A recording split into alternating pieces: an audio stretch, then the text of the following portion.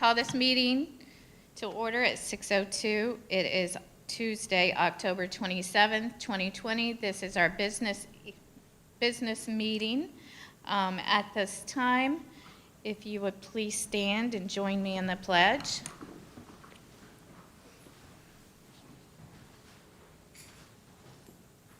Mrs. Justice, I'm going to ask you to do our honor of this. I pledge allegiance to the flag of the United States of America and to the republic for which it stands, one nation, under God, indivisible, with liberty and justice for all.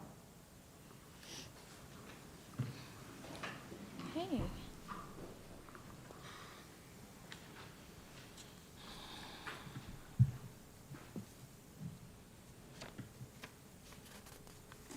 All right, so at this time, I need approval for the adoptions of the order of the day. Are there any items that board members wish to move from consent to action? No? Then I need a motion? Move approval. Second. Miss. Did you? I have Mrs. Justice with a motion, and then I heard Dr. Schiff with a second. Mrs. Justice, would you like to speak to your motion? No, ma'am. Dr. Schiff? No, thank you. Further discussion? Okay. All in favor? Aye. Any opposed? 5-0. All right, so we are going to move into our presentations, and we have a lot of guests here tonight. Welcome. And we have some nice presentations that Kristen has put together. So Dr. Moore? Thank you, Madam Chair. I'm excited to have a number of acknowledgments this evening as we begin the track back to normal. This is a clear sign that we are making progress. So excited to have the number of acknowledgments that we do have this evening. So without any further delay, I will turn it over to our Public Information Officer, Ms. Maddox.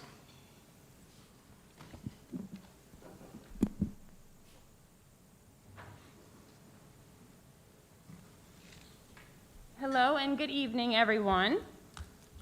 Tonight we would like to start off with our Shining Star Awards. We did have some awards moved from the last meeting to this one, so we would like to recognize one individual and two school Shining Stars tonight. And our first individual and only Shining Star for this month is Jamie Sturgeon. And he is the IB coordinator and boys golf coach at Sebastian River High School. And one of our board members, Mrs. Barenborg, she didn't really have to bring it to our attention because we knew the work that he was doing at Sebastian River High School for our students. But she made sure that Jamie was one of our teachers that we were going to recognize with this Shining Star Award. And I'm going to just turn it over to Mrs. Barenborg so she can say a few words about Mr. Sturgeon before we have him come up.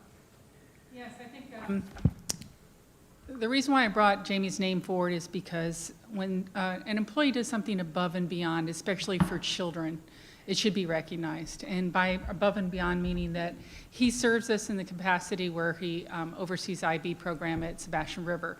This year when COVID hit in March, our kids had a lack of preparation like they normally would have gotten to prepare for their IB exams. And IB exams are extremely important for IB students because they allow them to be able to not have to take the classes that they were taking in college, but also it is money for them as far as tuition. It saves them on money. So when those students were able to prepare for their tests and didn't do as well and significantly below what they have done in the past, he recognized that that was probably the situation, not the students. So he went above and beyond, I believe, in really trying hard to get those kids an opportunity to retake the exams and really fought for kids and on their behalf.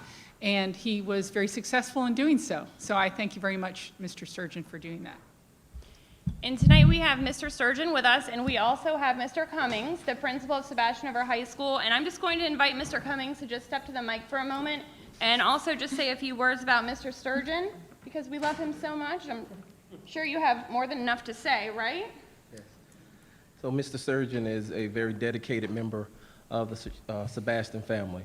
As Ms. Barenborg has so eloquently said that with the situation with COVID and the IB assessments, Mr. Sturgeon, he made his way to my office to lay out the whole situation and, you know, without hesitation, developed a plan, put it into action, and, you know, got the best outcome for our students possible. So we are very, very happy to have Mr. Sturgeon as part of our Sharp family. Thank you. And Mr. Van Bremer, one of the assistant principals, also sent me an email a couple weeks ago about a girls' golf tournament that Mr. Sturgeon and some of the other coaches, they came together to make it happen after they thought it was going to be something that wouldn't be a possibility. So his colleagues are constantly reminding us of the work that he's doing at Sebastian River High School. So tonight, we'd like to recognize Jamie Sturgeon as our shining star.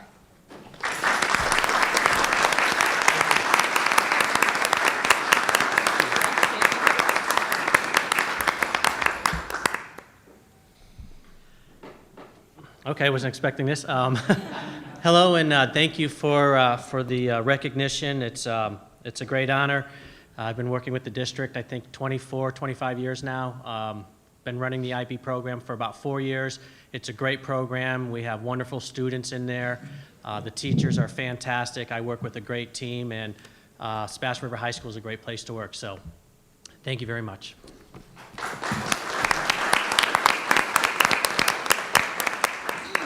And Mr. Sturgeon and our other shining stars, if you would just hold until the end of the shining star presentations, we'll do one picture with our board members. So now we're moving on to our school shining stars. Hispanic Heritage Month was September 15th to October 15th.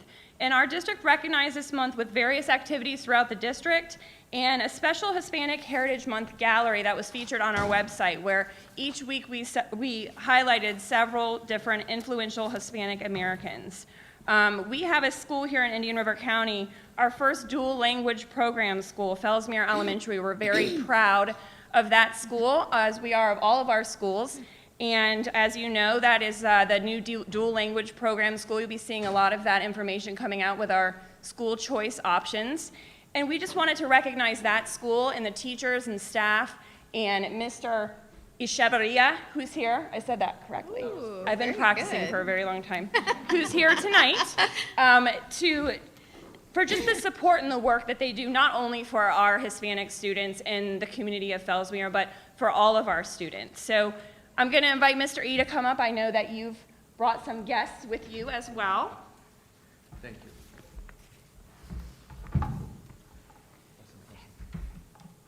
Good afternoon or good evening. We're celebrating, I guess, as we just said about a month ago, the Hispanic Heritage Month. And I think for me to receive this today by myself doesn't make any sense. So we make some connections today to have, obviously, my great assistant principal with me here, Ms. Jennifer Alderton, and also to invite one of our family members and her daughter, a mother. This is Maria Samarripa and Vianney Samarripa, to bring what it's all about. It's about families, it's about kids, it's about parents, it's about moving the kids ahead. And when we celebrate the Hispanic Heritage Month, as we celebrate the American African Month, and all of us as families, when we think about them, I think about a couple of things. Hispanic families, not only in this district, around the world, it's about family, about cultures. It's about color. It's about traditions.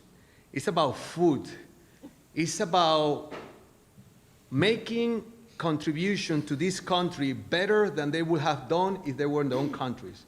So I want to thank you because you make us work harder for you so your mom could be proud. So when you grow up, you could get a job, you could contribute to this country and make it better.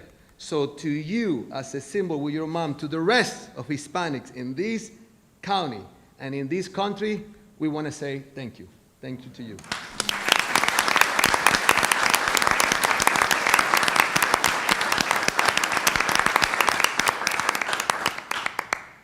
And Mr. E. and Ms. Alderton, if you would accept this on behalf of Fellsmere Elementary for your teachers and staff and families. Absolutely. The Shining Star Award Yes. for October. There you go.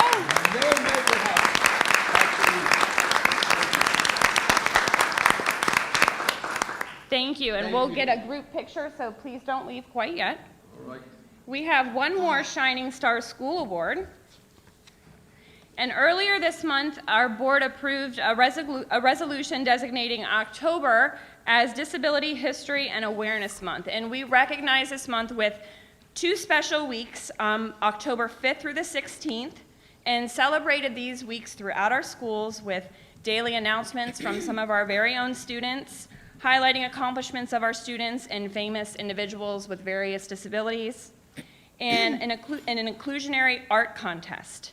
So our second School Shining Star Award for this month, we would like to recognize Wabasso School for the work that the teachers and staff do to support our students with disabilities. Mr. Kolstad, would you please come up to accept this award for Wabasso School? Right, left over.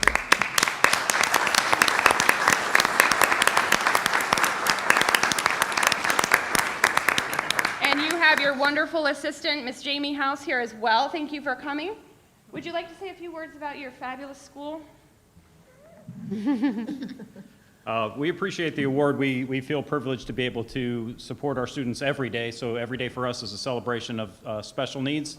Our staff, Jamie at the lead, definitely helps pull the teams together, and we do everything and anything we can per student. So we don't look at it as a grade level or subject area. We look at it by every single student, and I believe we've got the strongest team to do that right now. So we are very proud and privileged to be able to serve students of Indian River County. Thank you. Thank you.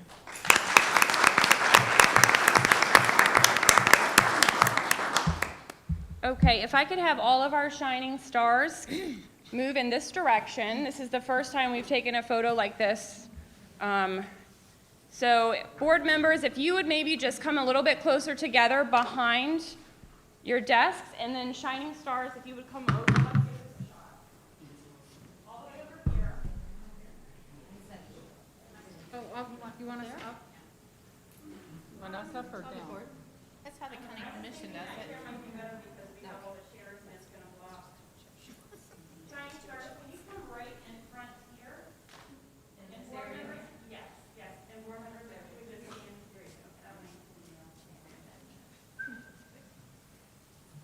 Here you go. Whoa. Don't know your own strength. Okay, board members, would you just move forward a little bit so you're kind of behind them?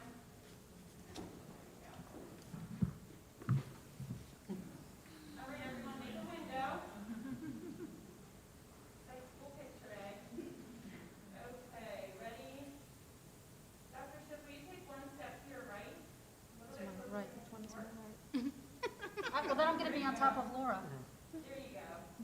Okay, ready? 1, 2, and 3. Smile. Smile. I know. Kristen. Smile with your eyes.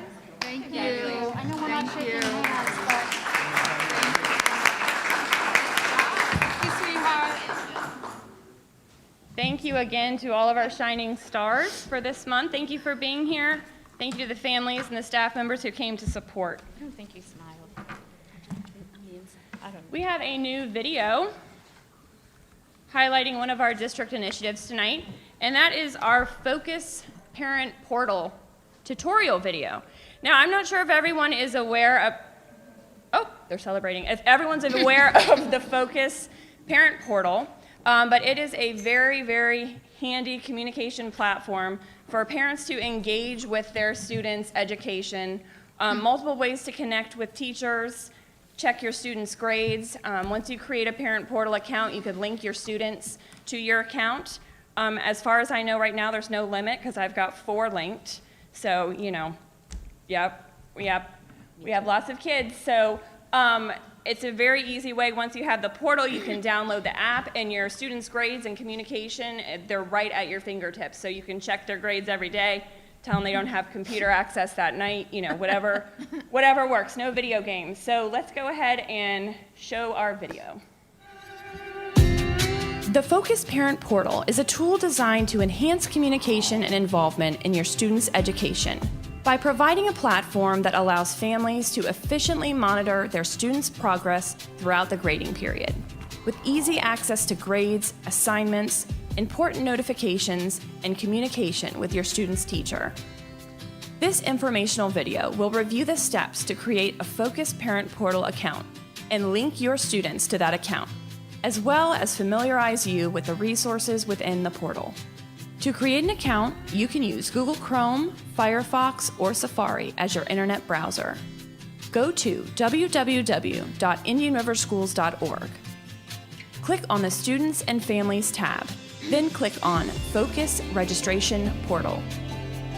To set up an account for the first time, click on the link that says, I do not have an account.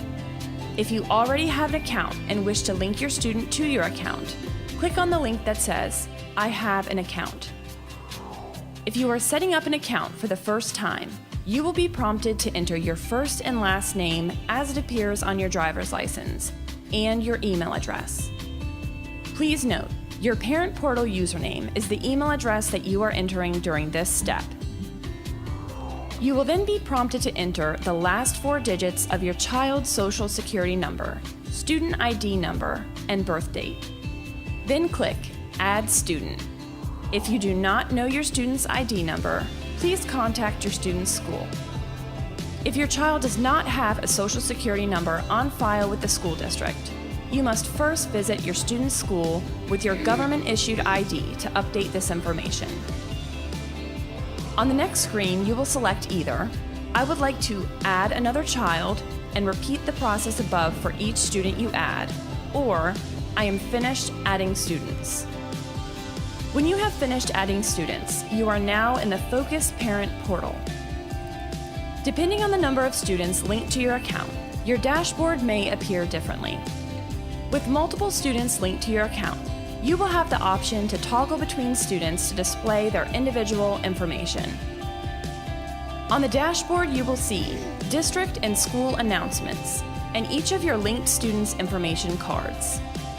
District and school announcements will include important school and district information and alerts.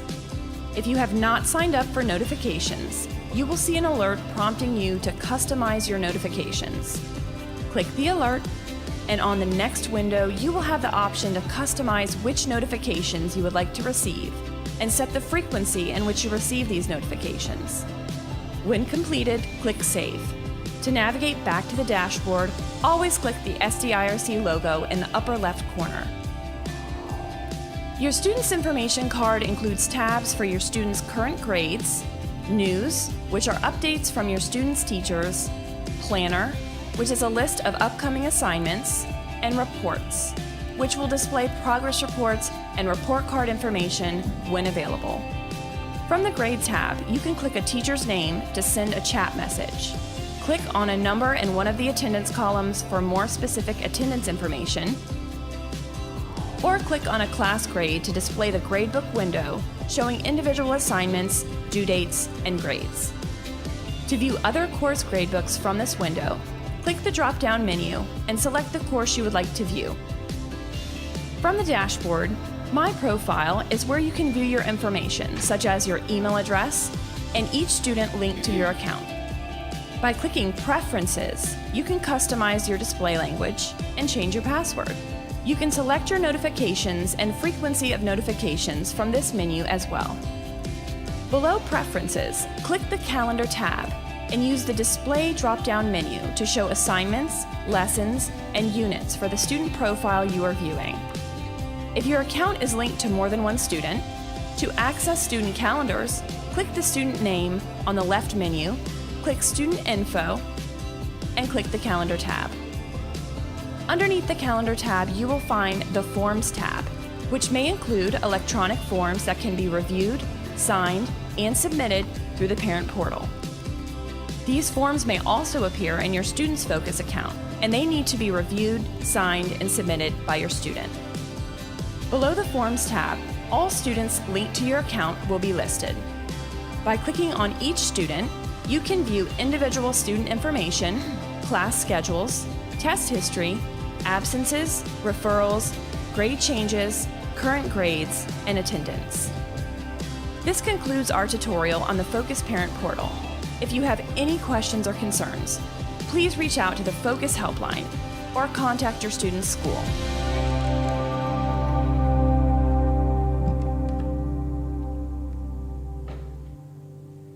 So I hope everyone took notes because that's the last time we're playing that video. Just kidding. It's on social media and our website, so you can go back and you can watch it over again and make sure that you're setting up your Focus Parent Portal account. And like I said, it's really a one-stop shop for everything for your student. And it's very handy once you have it set up to download for Apple or Android. Right in the App Store, it's free. And you can keep track of your students' grades, assignments, teacher communication, and so on. I can't say enough good things about the Focus Parent Portal. So next, we have a very special presentation for our High Impact Grant Award winners. Now, normally the Education Foundation, every year, we go through a process where teachers from different schools, they submit applications for grants for a special project or initiative they want to start at their school. And the Education Foundation will review these applications, their board will, and then they will select someone to receive the funds to make this project or initiative become a reality. So this year we had something absolutely amazing happen, and we were completely overwhelmed with the generosity of the Education Foundation and everyone who is involved with the Education Foundation. And tonight I would just like to introduce Mr. Heron, who's the executive director, and he will come to the podium and introduce a few of the members that he brought with him tonight and tell us a little bit more about the high impact grants and why this year was so special. Thank you, Kristen, and school board members, Dr. Moore. We're so excited, the Education Foundation, to be here to make this presentation and to recognize innovation. The High Impact Grants program is done in conjunction or in collaboration with the Consortium of Florida Education Foundations. But the funding comes primarily from the Florida legislature. So I did invite both of our local representatives to be with us tonight, and we're happy to have Jacob Diamond, who's over by the screen, who's representing Senator Debbie Mayfield tonight. So Jacob, thank you for coming out tonight.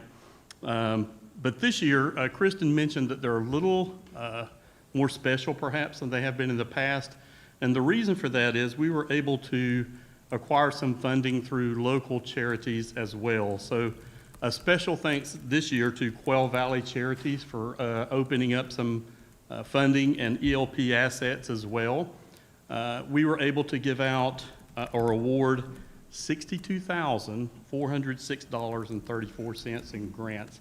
That's a little over 30% more than we awarded last year. And it's our goal at the Education Foundation that in subsequent years, we're not going to go back. We're going to try to keep funding at that level or greater. So that's our goal. And I will say, as we went through the process, you can be proud of your teachers, the innovation that they showed in their project ideas. We ended up narrowing down, I think we had 18 applicants to begin with. We narrowed that down to 9, and then we interviewed those applicants, and they did a presentation for us. We ended up funding all 9 of them. We actually acquired some of the funding in the process of those interviews because they were done so well.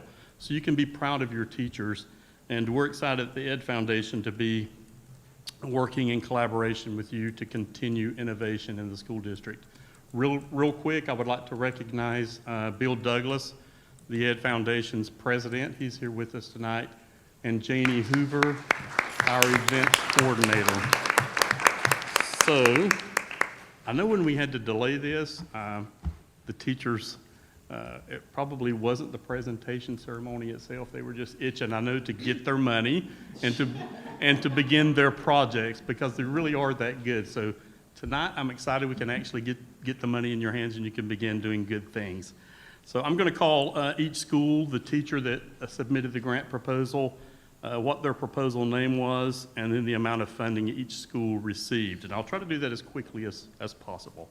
From Citrus Elementary School, we have Valerie Savoy Guerra, who was awarded $4,816.95 for differentiated learning at Citrus Elementary School.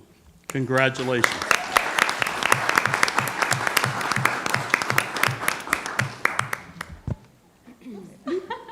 Congratulations.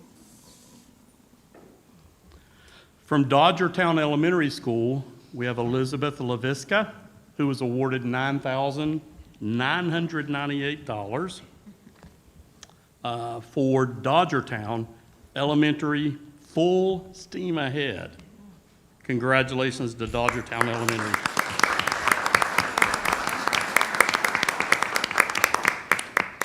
My checks actually slipped through a little crack there.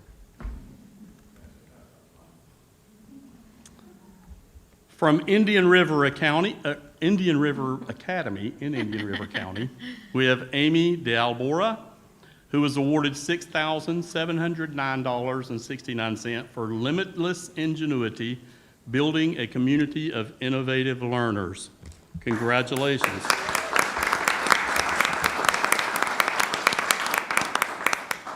You want that?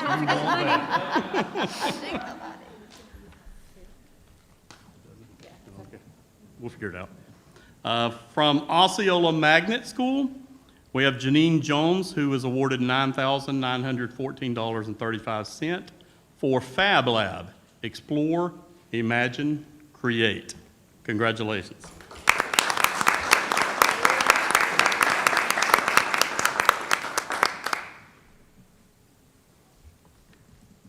From Rosewood Magnet School, we have Jamie Coleman and Cassandra Flores, who were awarded $9,200 for Core Knowledge, Interdisciplinary Learning is Gaining Steam.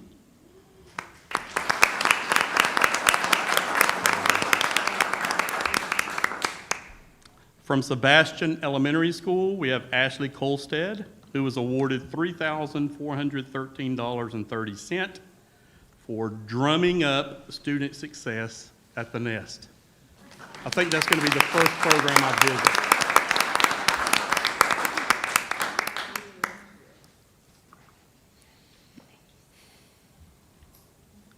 From Sebastian River High School, we have Garrett Rue. Garrett's is a second-time winner, who was awarded $9,390 for automotive electrical trainers. Congratulations.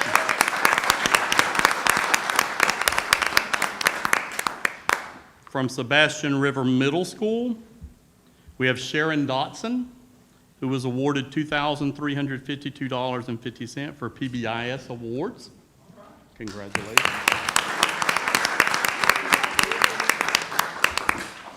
And last but certainly not least, from Storm Grove Middle School, we have Margaret Neely, who was awarded $6,611.55 for Stingrays, Full Steam Ahead, through the Stingray Steam Makerspace.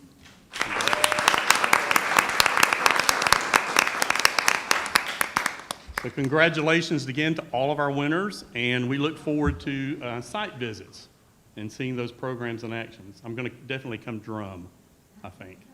Thank you.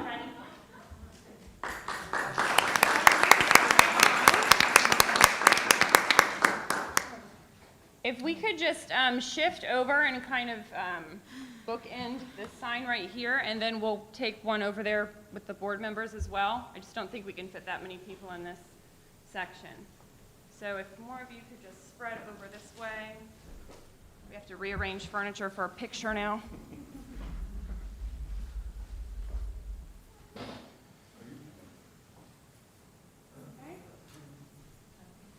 Mr. Heron, get in the picture there. Okay, ready? 1, 2, and 3. One more, 1, 2, 3. Okay. Now, if we here, everyone in the picture. If we could move over, just like we did with our shining stars, over here where the board members are. Thank you.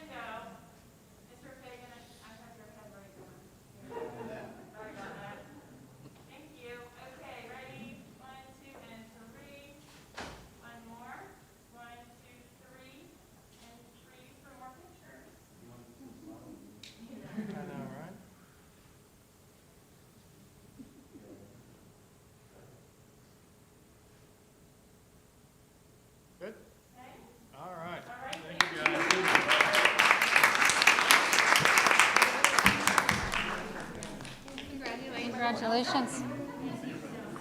Thank you. Thank you.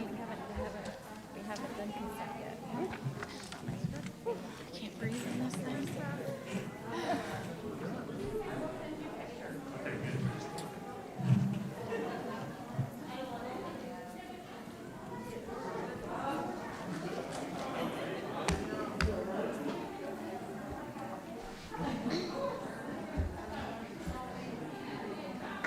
Okay, just one moment as we allow everyone to reposition here.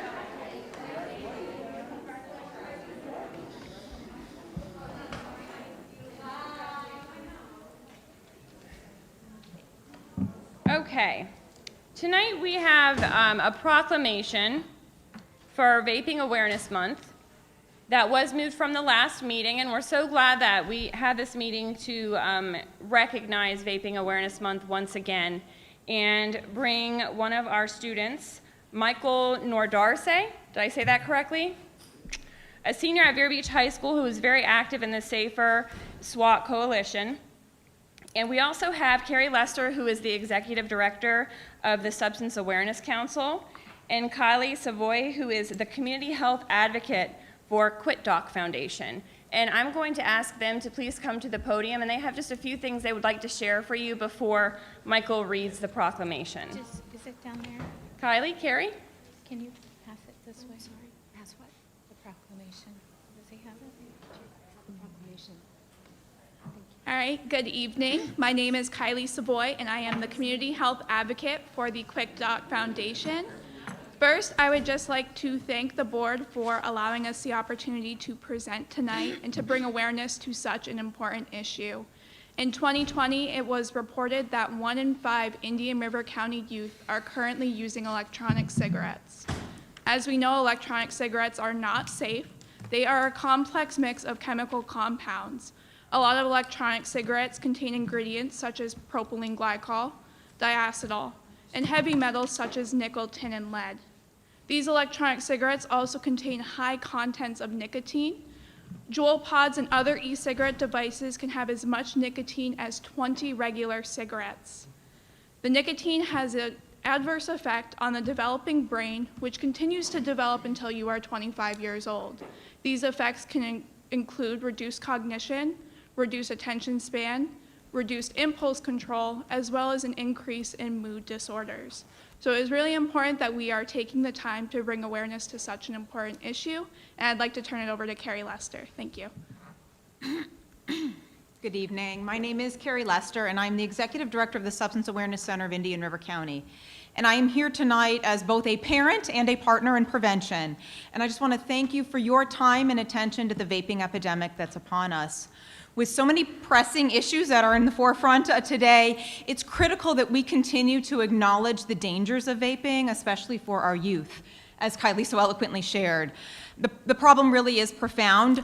Our youth are not only vaping high-content nicotine, they are vaping high-content THC. Both of these are highly addictive chemicals that prime the brain for substance use disorders. And so we have a problem on our hands, but we are working in the solution. And we follow, in Indian River County, we follow the strategic prevention framework. And that starts with our universal prevention program. That starts with our partnership with the district, our school-based program led by Ms. Christina DeFalco. And we have an indicated prevention program for youth who have engaged in health risk behaviors, including vaping. And we have a substance abuse prevention coalition in our community where we work tirelessly with stakeholders to address teen substance use.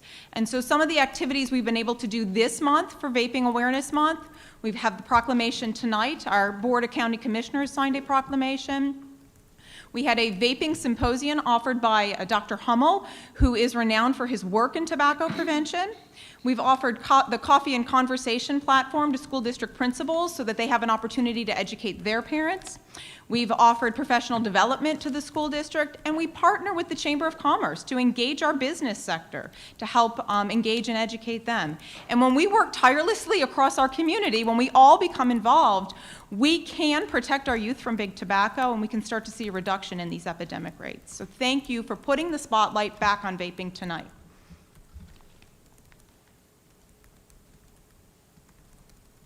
Good evening.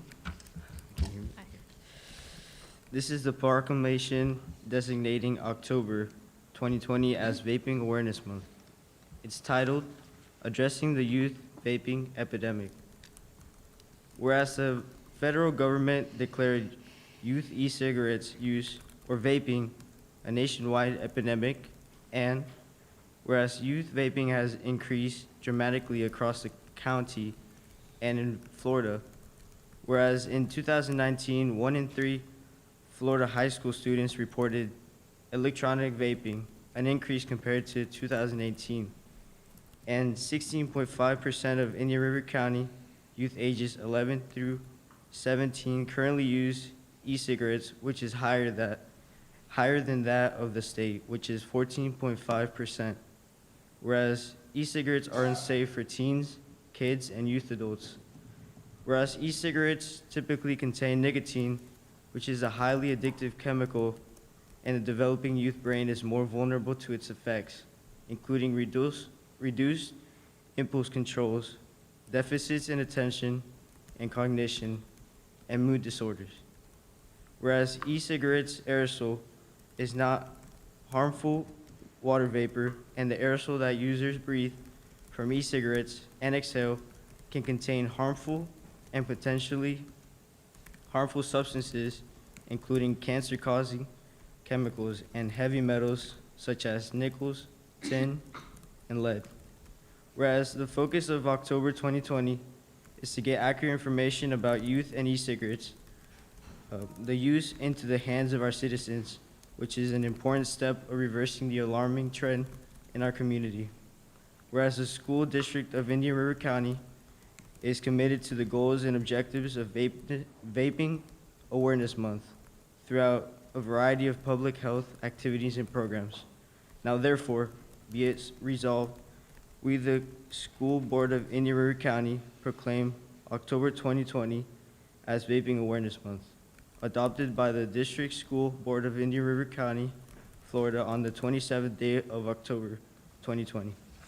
Thank you.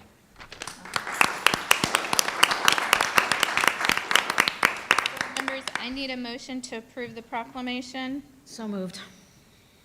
Dr. Schiff with the motion, and then Mrs. Berenborg with the second. Would you like to speak to your motion? Only to say thank you for your continued awareness, your continued heightening the focus on issues of substance abuse. I'm going to take a quick personal moment, but my relationship with the school district of Indian River County began in 2012 as a result of your predecessor, Robin Dapp, and her awareness with the Substance Abuse Awareness Center. So I have a deep affection for the work that you do, personally and professionally. And I thank you that you continue to keep the focus on this issue for students, for this district, and for everyone in this county, and all of the work that you do. Thank you. Wait, Miss, we've got to approve it first. I just wanted to also say thank you for what you do. It's very important that everybody is aware, and I think parents need to be very aware of the dangers of vaping. And young man, well done. It's not easy to public speak, so well done. Any other comments? Nope. Okay, all in favor of the proclamation? Aye. Any opposed? No. 5-0. Okay, now.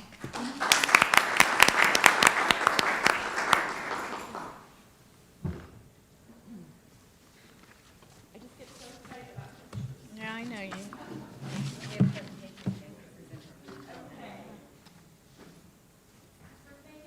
You want to hold on? I need it back now. I'm going to get it back.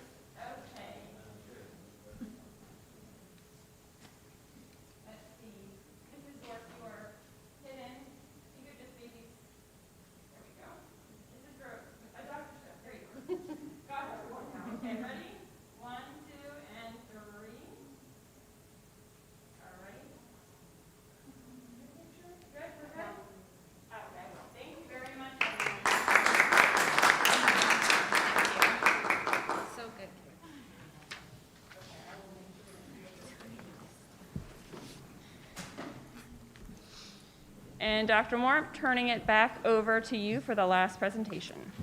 Thank you, Ms. Maddox. And as we had the opportunity to participate in the first number of presentations, a few words come to my mind. First is family, partnership, and commitment. And when you kind of reflect through those brief presentations, you can see the hard work that individuals are doing, the commitment of our leadership teams, the commitment of our teachers, the partnership of the Ed Foundation, the partnership of the presentation in which we just had. This is absolutely an outstanding place to educate your children. And I am reminded of that each and every single day. We have administrators who are always willing to go above and beyond. I do see Natalie Ernst. Could you stand up where she is our new assistant principal at Osceola, which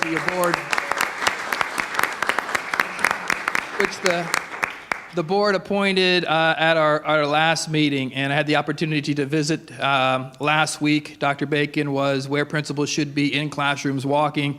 I said, take me to your new assistant principal, took me to the office, and she was in her desk, boxes and piles of work loaded up. Mr. Dr. Bacon had already given her all that work to do with an absolute smile on her face. So I'm so excited about the Osceola family and what you guys are going to be able to do. Absolutely. Welcome to a very, very hard and complex job, but a very rewarding job.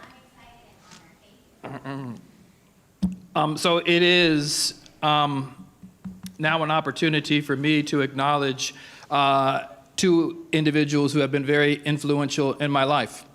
And when I say influential in my life, it was their decision that allowed me and my wife to move here, and my two daughters to occasionally visit when they want money or things. And we have two board members who will be sitting at the dais for the last time this evening. And we want to acknowledge their commitment that they have done for the children of this district. And I can tell you firsthand, doing this work in the light of the public, being under constant scrutiny, making very hard and complex decisions is not easy work. It is not easy work.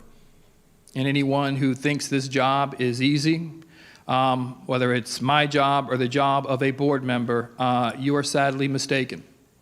You are under constant pressure, and you have to take a very prayerful approach to how you do this work in order to ensure you are making decisions that you believe are in the best interest of all children in this district.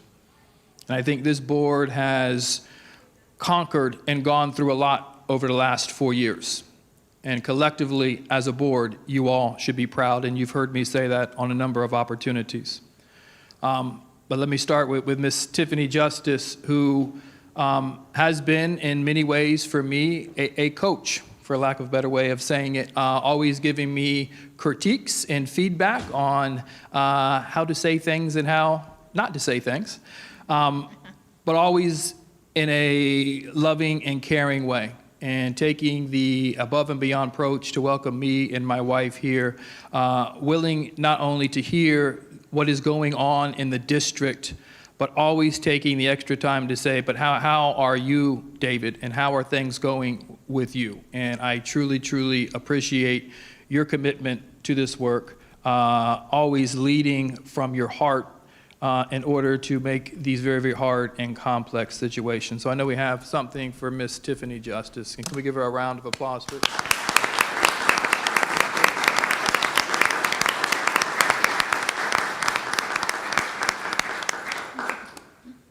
It's a surprise. We've hidden it. Oh, my goodness. Ooh. Please don't take it and bang me on the head with it. Beautiful.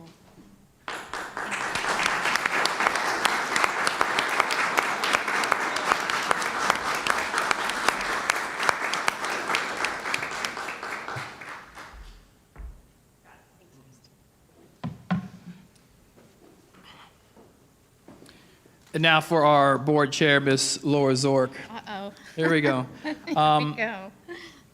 Who has also always advocated and fought for me in a way in which is truly respectful and being very, very honorable to me, and taking the time to listen to me, to help me understand who the community is, always digging beyond just the decision and thinking through the impact that it has. And I could say, you've always taken the time to think through how it would impact me. And although your job as the board chair is a job that I don't envy, you do it with grace, and you do it in a way in which you try to respect and honor each and every single board member as well as myself. And I can't thank you enough for your commitment, not only to me and my wife and the decision that you made to allow us to come to such a wonderful place. And we could not be any more thankful to be here, but for your bold and courageous leadership. Thank you, Ms. Zork. Yeah.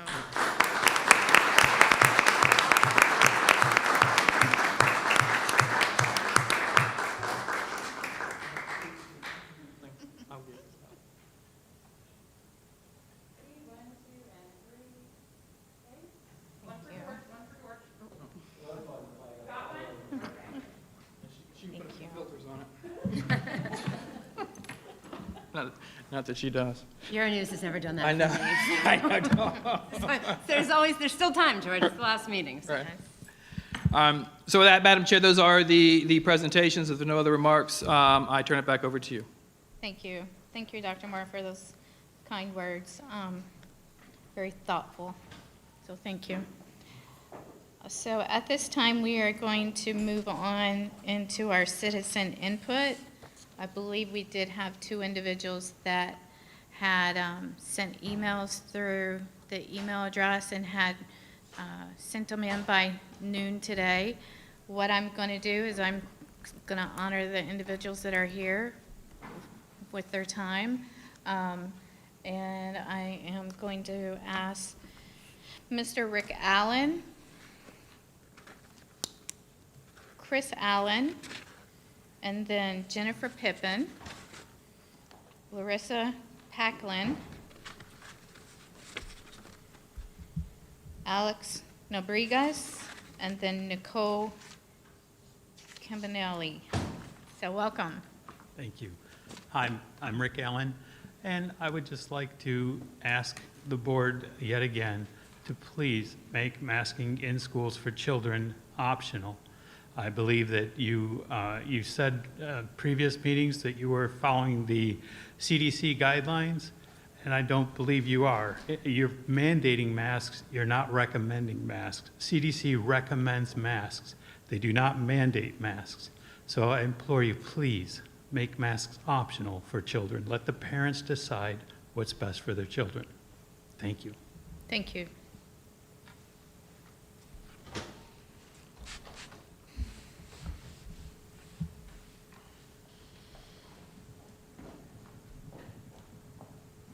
Hello.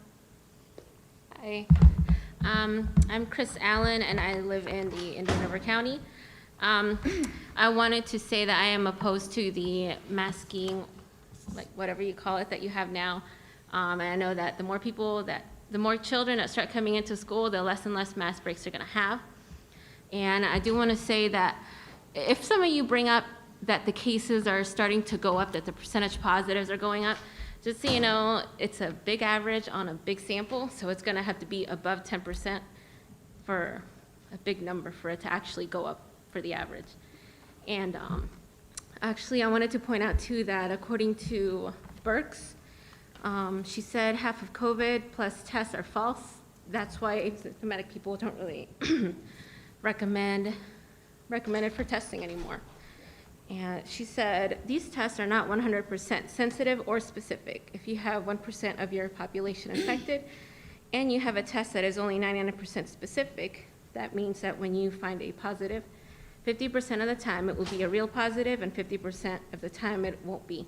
So when there is going to be mass testing going on, I think this week, just keep that in mind. And that's it. Thank you. Thank you. If, can the individuals in the lobby hear us? Okay. Looks like we do have 5 open seats if there's individuals in the lobby that would like to come in.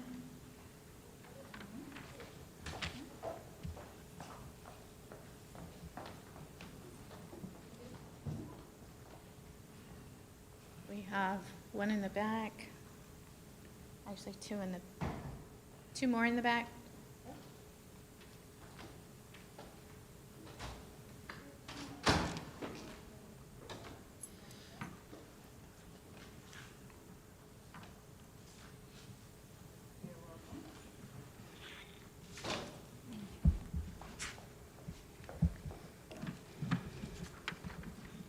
Okay, thank you. Good evening. My name is Jennifer Pippin, and I represent We the People of Indian River County. We have called, emailed, filed complaints, showed up to every meeting, look who's here today, sent pictures, medical bills. You didn't listen or care because your original opening plan failed. All you did after 48% of parents and students and 30% of teachers completed your survey was plan to make a plan after your original plan failed.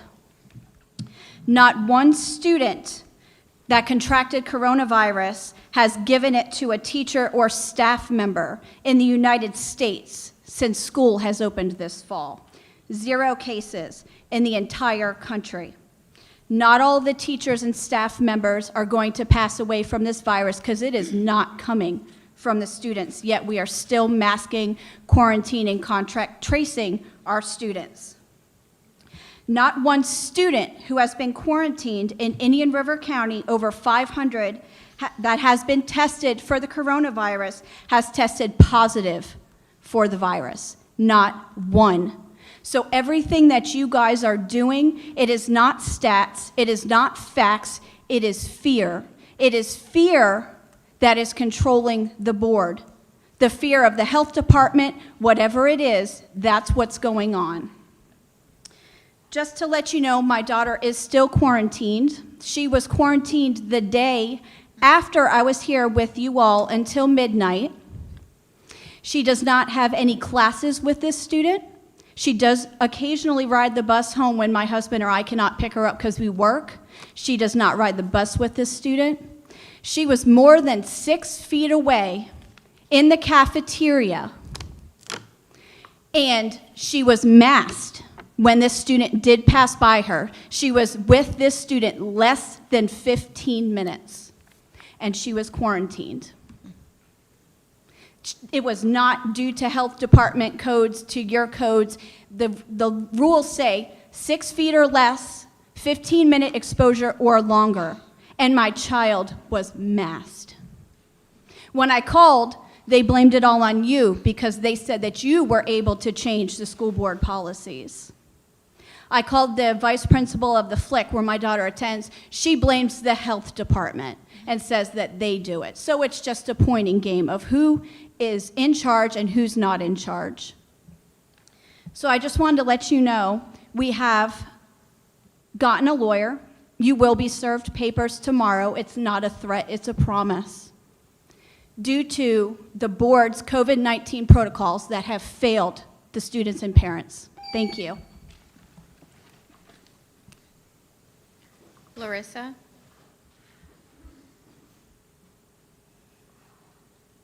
Good evening. First of all, I want to say about my son's teacher. He is a kindergartner at Rosewood Magnet School. He is 5-year-old. According to him, he told me he came to his teacher and said, "Mrs. Rosales, I hate wearing a mask. When will we stop wearing a mask?" And teacher said, "Sorry, Daniel, we have to wear it for now and a little longer." And I asked my son, "What did you say?" He said, "I was sad." But I said, "Okay." And I want you to recognize these teachers because Mrs. Rosales, she didn't bring up vaccines, didn't bring up virus and anything. She apologized to my son that he has to wear this mask. She said, "Sorry, we have to wear it for now." After hearing all these horrible stories that children are going through with the teachers, I really feel blessed and lucky to have teachers like my son have now. I feel really disappointed about your creation of rules and responsibilities for children at schools to wear masks.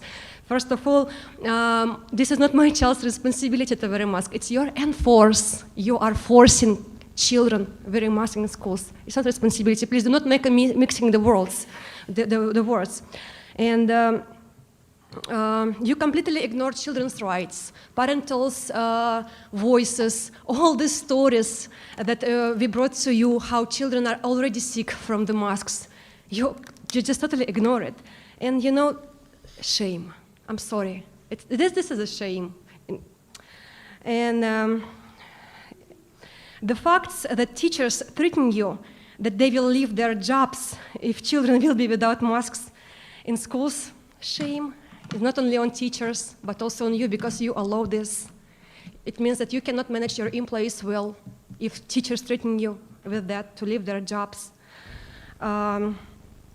You just ignored 850 families and 200 teachers who voted for optional masks in schools.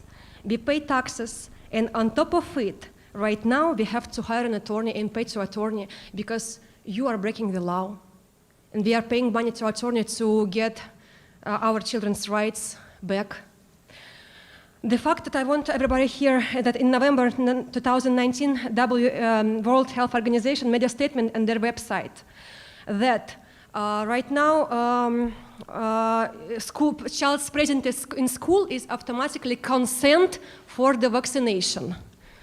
So if child in school, he can be vaccinated. And I want to know what's going on, what will it be in Indian River County schools? Is it through? Will it work? Will health department come and inject our children?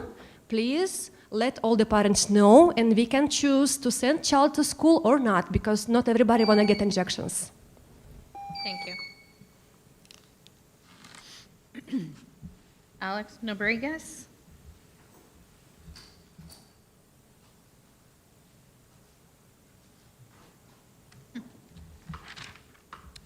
I withdrew my daughter from public school yesterday. This is one of many more to come due to the dysfunctional behavior and lack of leadership. Dr. Moore, you caved. You folded.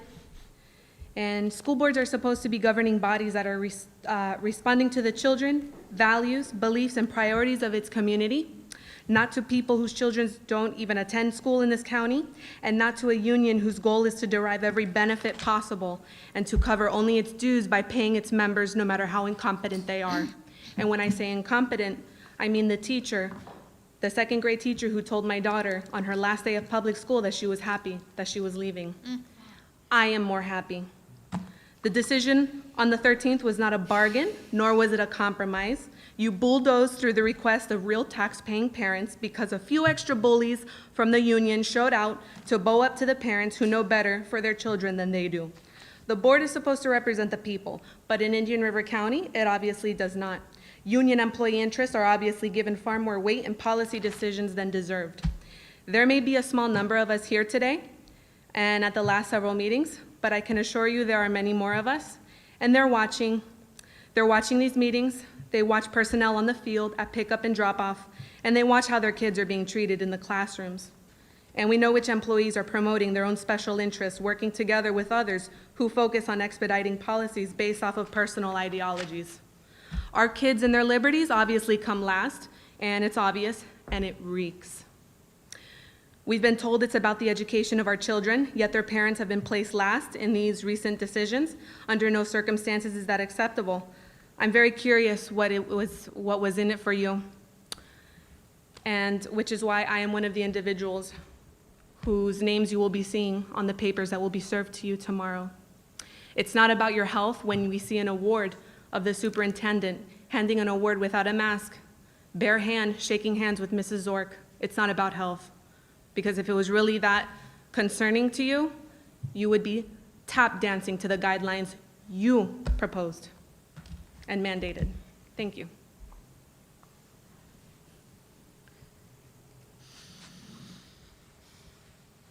Ms. Campanelli.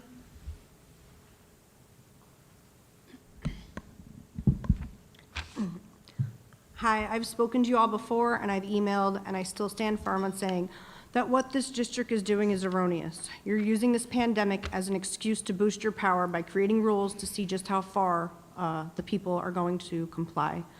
I've spoken to many parents, and they don't mind the masks. It's not a huge deal. It's only for a little while, right? This is the demographics of 42% of people in your second quarter survey who were in support of optional masking. Why they're not here fighting is beyond me.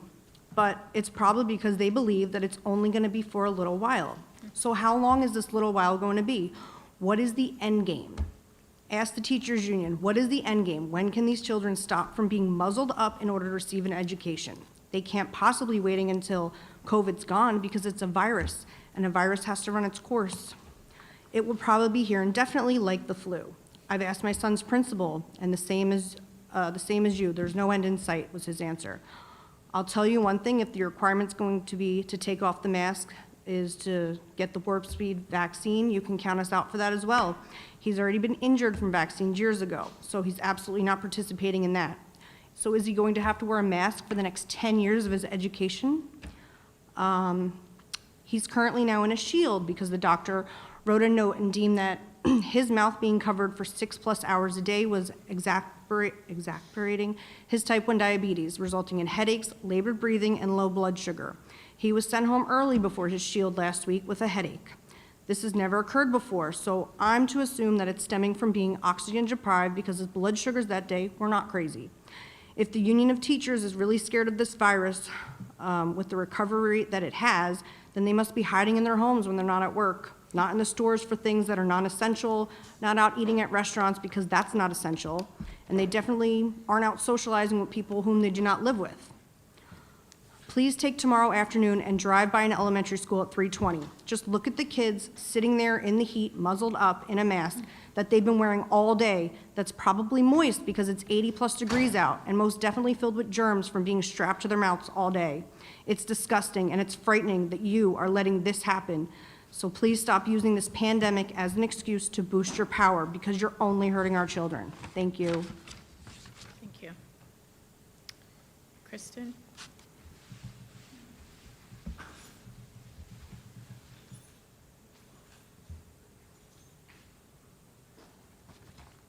We have 2 emails that were submitted today before noon.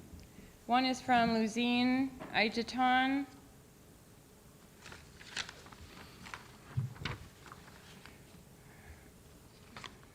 And I'm sorry, it was a forwarded email from another one. It was the first one, correct? Okay. Hello. I watched your meeting that took place on October 15th, 2020 on YouTube Live. What I don't understand is this. Do board members go to school?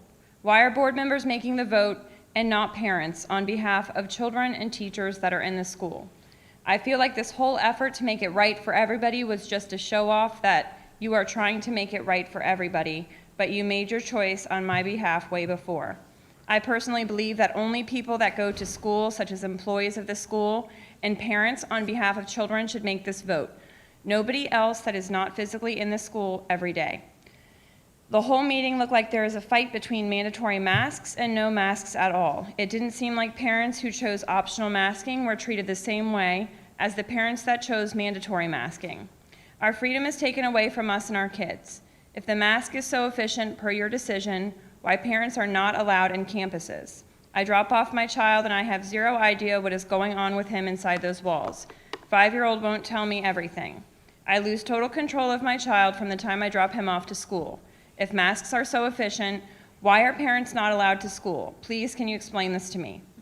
Also, I understand that if my child goes to school and doesn't wear a mask, school has no legal right to punish my child or send him back home. Is this correct? Another thing I want to mention is that the schools in IRC are huge and there's plenty of space to move kids' classes to bigger facilities. Why not put more effort here than punishing our kids with masks? Make art studios, PE rooms, music rooms, libraries, etc. into classes. Thanks. Next email is from Gladys Benitez. I oppose mandatory masks. I believe that masks should be optional and urge you to approve it for the benefit of the children. Many children are now sick, not only emotionally with panic attacks because of bullying, but also with physical illnesses such as fungal face infections, thrush, acne, inflamed gums, and skin rash. The government, with the money of the parents' taxes, are the employers, the ones who pay the teachers, and the parents should decide what is right for their own child care. Why are you taking away that fundamental right by supporting our teachers' unions that legally should not have a say on the bodies or faces of the school children? Teachers have a right on their own bodies and their children's bodies, but not on other people's bodies. The teacher union do not own other people's faces, and you, the school board, do not have the right to make decisions for the parents. You were elected to implement the will of the parents, your constituents, and your employers. The will of the parents is to make decisions for their own children. If teachers feel that they are protected by using masks, even though we know that anyway they could be infected with COVID-19 and no mask will protect them, and luckily they have a change of 99.9% survival, teachers with a rational fear should use the mask if they feel better doing that. However, they do not have the right to impose masks on students. Vote in favor of optional masks, and if teachers quit working, hire others who are willing to work without being dominated by irrational fears that cripple the good judgment and look for dominance of school children who cannot defend by themselves. You, the school board members, are siding now with the teacher union and submitting under the power of the illogical fear of dying from COVID-19, whose rate of survival is 99.9%. Get it? 99.9% survival rate. That's all. Comment? No? Ms. Nobregas, sorry, I apologize. Your daughter, I want her to know that no adult in this school district or in this community should be speaking to her that way. And I apologize. We're all here because we do love kids. And when we hear things like that, it hurts. So I want to say I love you, and I'm sorry that that was said to you. And when you're ready to come back, we want to welcome you back into the school district.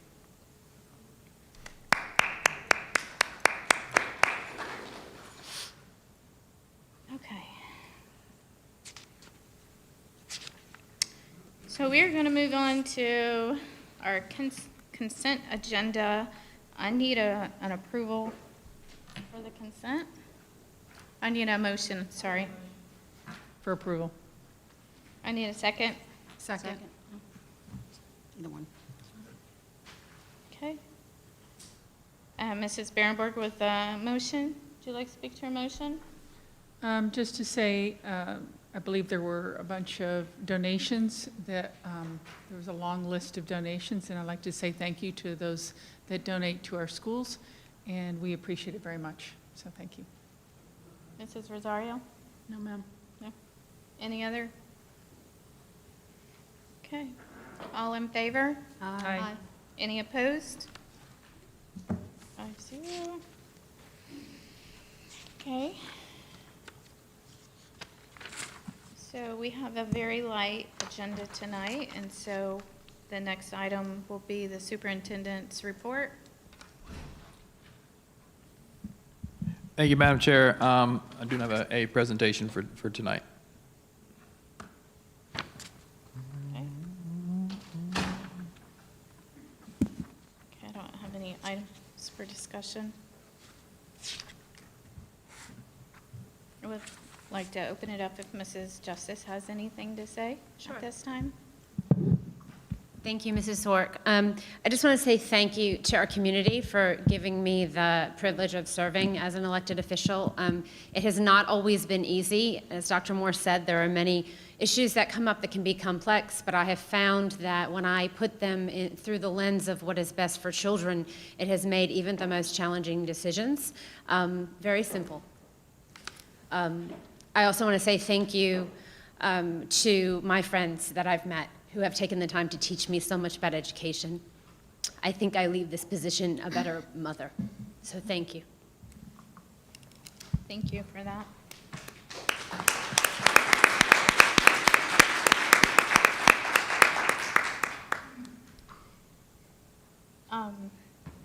If you don't mind, board members, and then we'll get into the board member matters. I just want to say,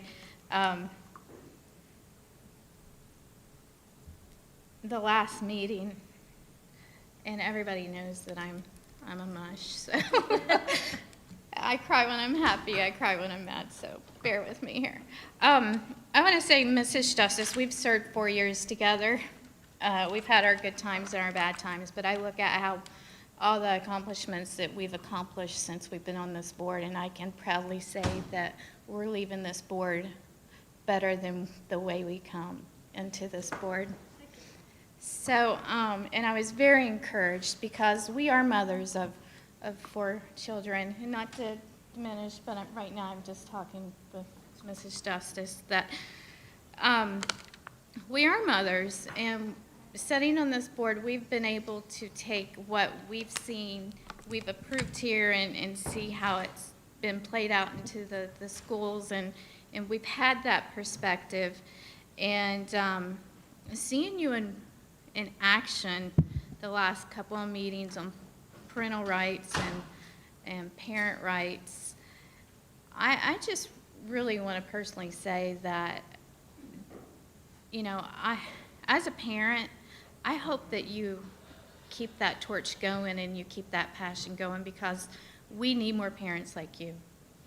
And so I just wanted to say thank you, and I know that iron sharpens iron, and I think that we've sharpened each other. I agree. And it's amazing how God works in mysterious ways, that over the last couple of meetings, because we can't talk, this is the only time that we can have conversations, basically. And I feel that we've come full circle over the past 4 years. So I'm encouraged by that. And just like with Mrs. Justice, it's been my honor to serve this community. I did initially, you know, I ran because I wanted to represent the parents, and I wanted to advocate for the children on behalf of the parents. And that is something I feel that will continuously need to happen, because we have so many wonderful parents that are so busy because they're raising their families, and they just don't have the time to get involved. And it's not that they don't want to get involved, it's they just don't have the time to get involved. And I think it speaks volumes whenever we do have parents who come and show up, and I love it, and I want you to continue to come, because you are the advocate that needs to represent your child. We can make decisions all we want up here, but it's you that need to be making the decisions for your children. So I do respect that. And it's been my honor and it's been my privilege, and I want to say thank you to my right-hand person over here, Mrs. Esplin. She has made my job so much easier. She has been an angel to me, because for the last 2 years, especially as the chair, I really see how much Mrs. Esplin does to keep these meetings organized. So thank you, Mrs. Esplin. And I want to say thank you to my board members. It's been an honor working with you, and you know, I think that we've had some successes over the last 2 years, and I'm very proud of some of those that we have now with Dr. Moore. And so thank you for us being able to partner and do what's in the best interest of our students. You know, sometimes we have to look at, I am a woman of faith, and there is, and I hope I can say this, Mrs. Diagresta, Last but meeting, what are they gonna do?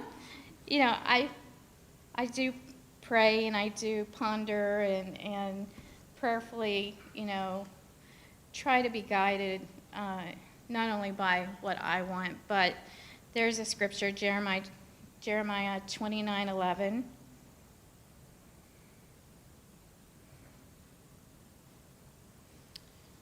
For I know the plans I have for you, says the Lord, plans for you, not for good and not harm, plans to give you hope and a future. And then the night of the election, there was a scripture that come to me, and I looked it up, Proverbs 3:5, and it's trust in the Lord with all your heart, and lean not on your own understanding. And at that moment, I had such peace in my heart, and I know that when you run a race, you don't run it because you plan on losing, but I know that the individual that's going to be coming into District 3 is coming in with experience and, with goals and initiatives. So I'm looking forward to seeing what those accomplishments are, and I look forward to seeing Mr. Barefoot on the board. I know he's going to bring some very exciting initiatives. And I look at the fact that not knowing what was going to happen on the night of election, and then a week later I had a call from a group in DC that called me and said, we're looking at this initiative, and you would be the perfect person that would lead a national initiative to be a parent advocate. And so when I look at my plan or God's plan, his plan is always better. And I look at how I'm not only going to be able to be an advocate for kids here in Indian River County, I'm going to be able to be an advocate for our kids throughout the nation. So I just, I'm overwhelmed, even though I'm a woman of faith, but I'm overwhelmed by just how God's opened up these doors that I wouldn't have even known that was there if it didn't turn out the way it did. And I'm just thankful to everyone here, and just let that be a lesson. It's not, we might want something, but if you really trust in God, he has a better plan. So anyways, I just wanted to say that. So thank you to my board members and the superintendent.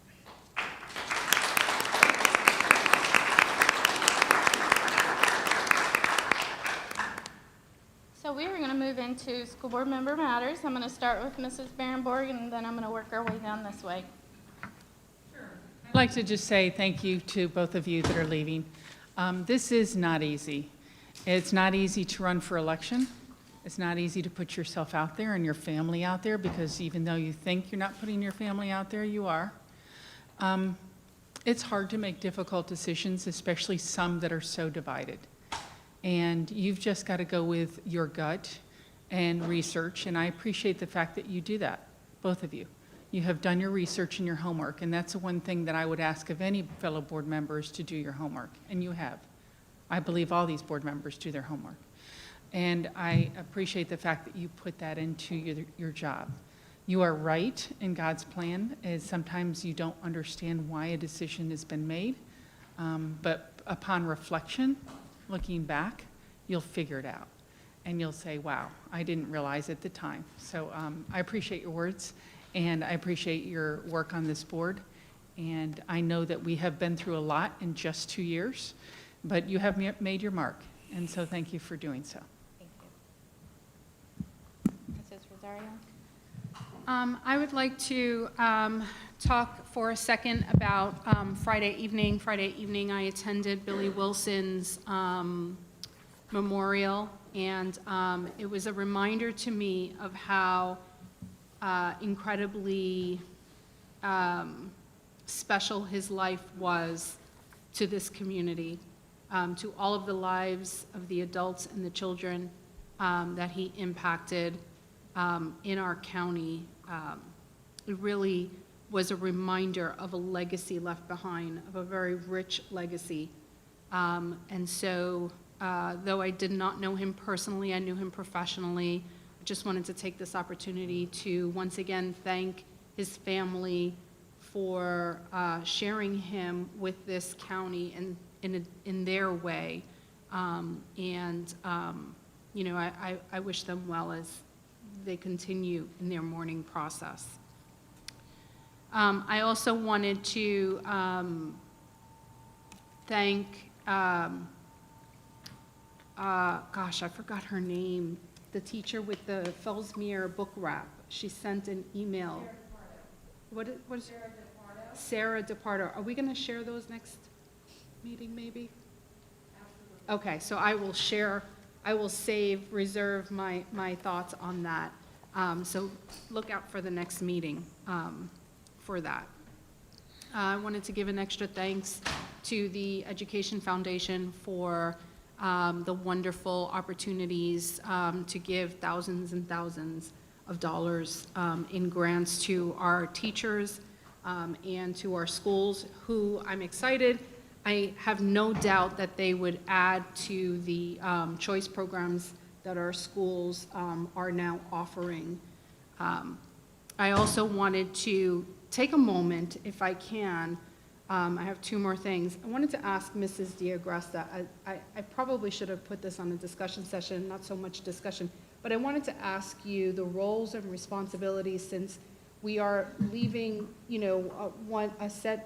a set of board members tonight will no longer be with us, and as we transition for the next meeting, what are the roles and responsibilities of the new board members-elect with regard to the Sunshine Law and current board members in place? Would you kindly remind us all of what that is? Are they subject to Sunshine? I'm happy to, Mrs. Sork. Thank you. Mrs. Rosario. Rosario. No. I wanted to be sure that the chair was okay with me speaking. Once, here in the state of Florida, board members have to go through the primary election, and if there's more than 2 board members running, or if one board member in a primary gets 50% plus 1% of the vote, then their seat is actually decided at the primary as opposed to the general. And here in Indian River, that was the situation. So we have 2 school board member seats which were decided in the August primary. And that means that after that August primary, those 2 individuals are considered a board member-elect. And there are some pieces of the law that attach to a board member-elect once they attain that position. And I actually I made phone calls and sent email communication to the new board members who will be joining the board on November the 17th to explain their status as a board member-elect. And the Sunshine Law does attach at that time. And so a board member-elect is treated under the Sunshine Law as though they are a school board member. So they wouldn't be able to have meetings with each other or with individual members of the school board without a meeting being noticed. So the same types of requirements or restrictions, if you will, that apply to school board members also apply to board member elects. And for those of you that joined the board 2 years ago, you may remember either receiving a communication or a phone call from me to let you know that attached, and that to please call if you had questions, but to please not have joint meetings with other school board members. So yes, that information was shared with the 2 new board members that will be joining the board November the 17th. Okay, thank you. You're welcome. Just wanted to share that as we transition. I think it's important for all of us to be reminded of that. I also wanted to, at this time, thank Tiffany and Laura for their service and for all of the work that you both have done, for all of the volunteering, for all of the love.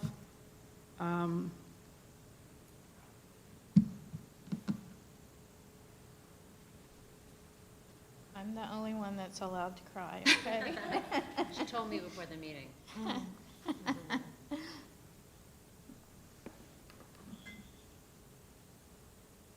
Darn. Thank you. There is there's more to that verse, Laura. Which one? The one from Proverbs? Proverbs.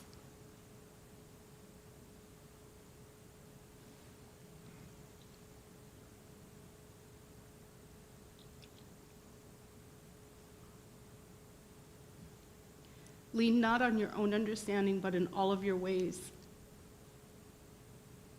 acknowledge him. And the part that you left out is that he will make your path straight.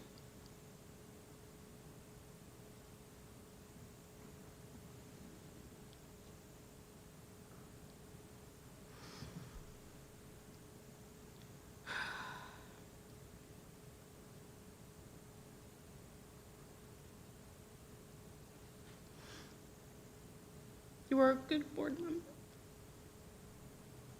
Thank you.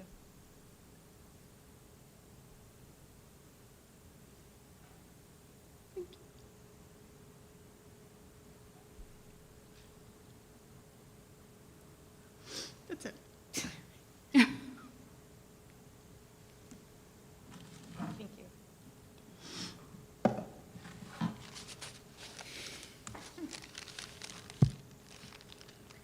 I'm not gonna cry.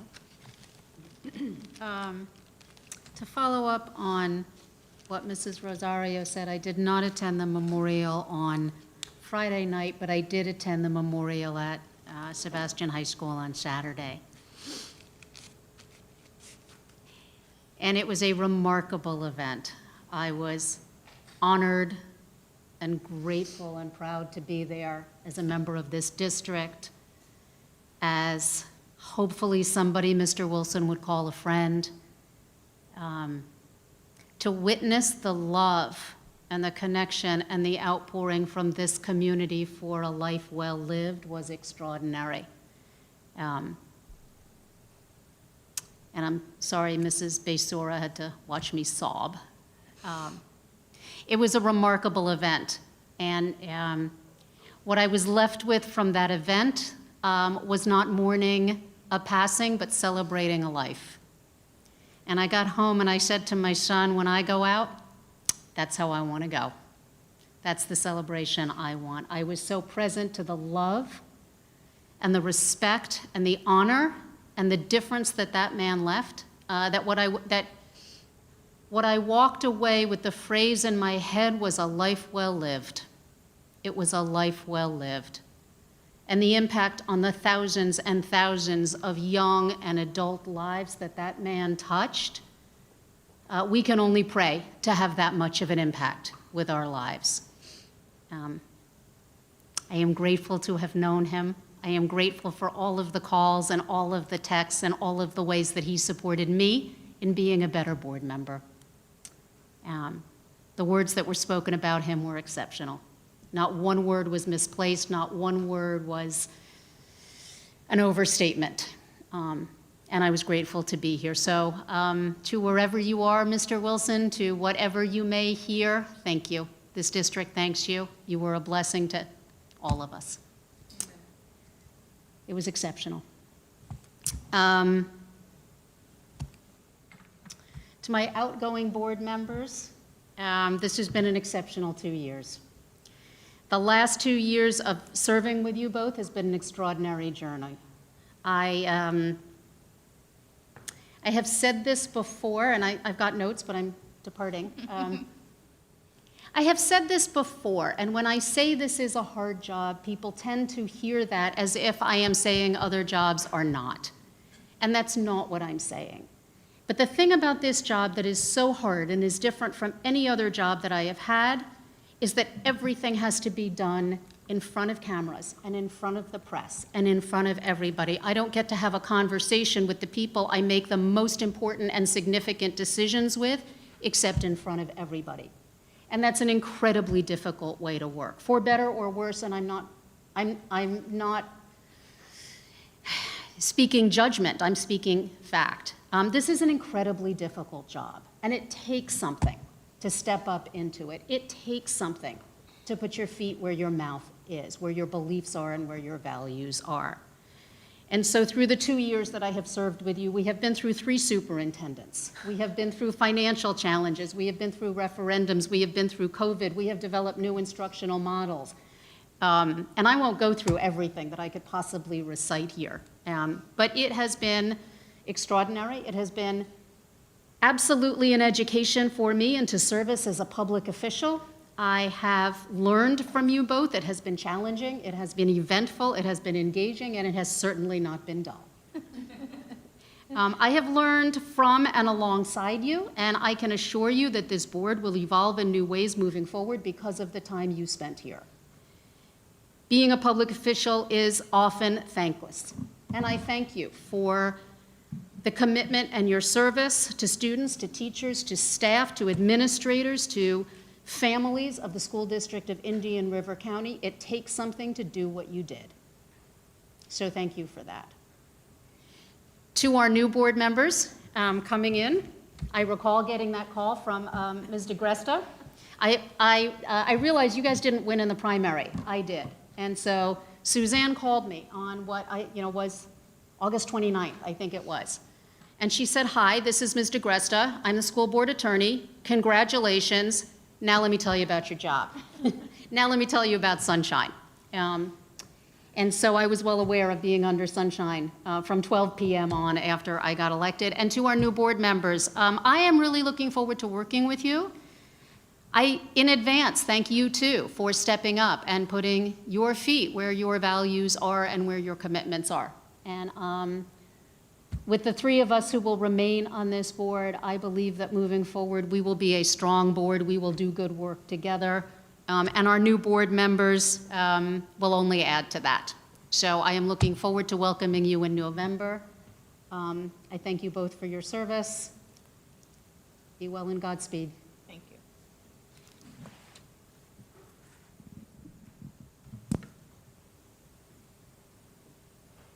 No.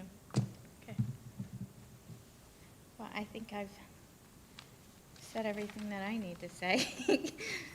I didn't prepare anything, and sometimes that can be a little dangerous, so I really didn't have that, wasn't going to say much. But still have, 3 weeks, and board members, please, let's try not to have to call a special meeting. I think that we've had a great 2 years, and it's time for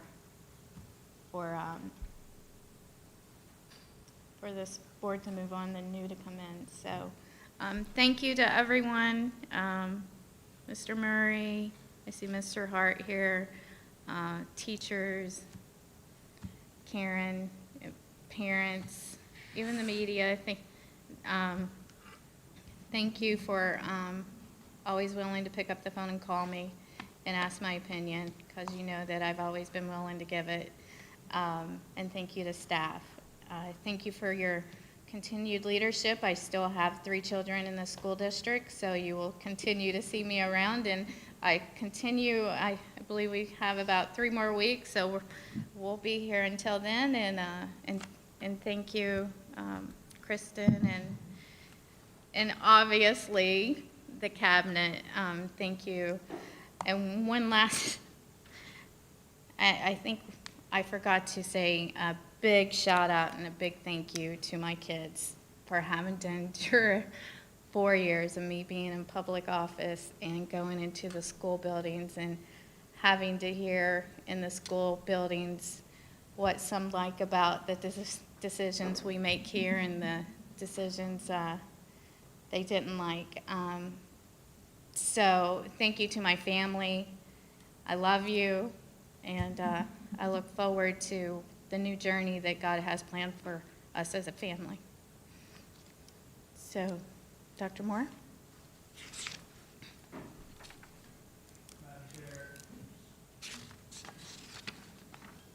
Madam Chair, just a very positive closing to this meeting. And I still say, as I said earlier, the impact each and every single one of you have had, not only on me, but on this community. And you look just through the last hour and 37 minutes, the importance of the work that you govern in this district. Whether it is the presentations, the commitment of principals and teachers, if you just reflect back over the last hour and 37 minutes, you see the purpose and power of this work. The comments that were said regarding Billy Wilson, our work in memorializing that memory, it is not done. But I look back of his life work and the prayer that I have to have just a quarter of an inch of the impact that he has had. I have to say a life well lived, a life well lived. And I think this is very, very hard, complex work. And I know I've said that before, but each of our 2 board members who are not done yet, and won't be done with me for a long while. Continue to lean on as I grow as a superintendent to lead this work that you allowed me to do. So very, very thankful to have this position. and very, very, very happy and honored to have the opportunity to work for you. Thank you, Madam Chair. Thank you. Okay, with that, we're going to adjourn at 7:38.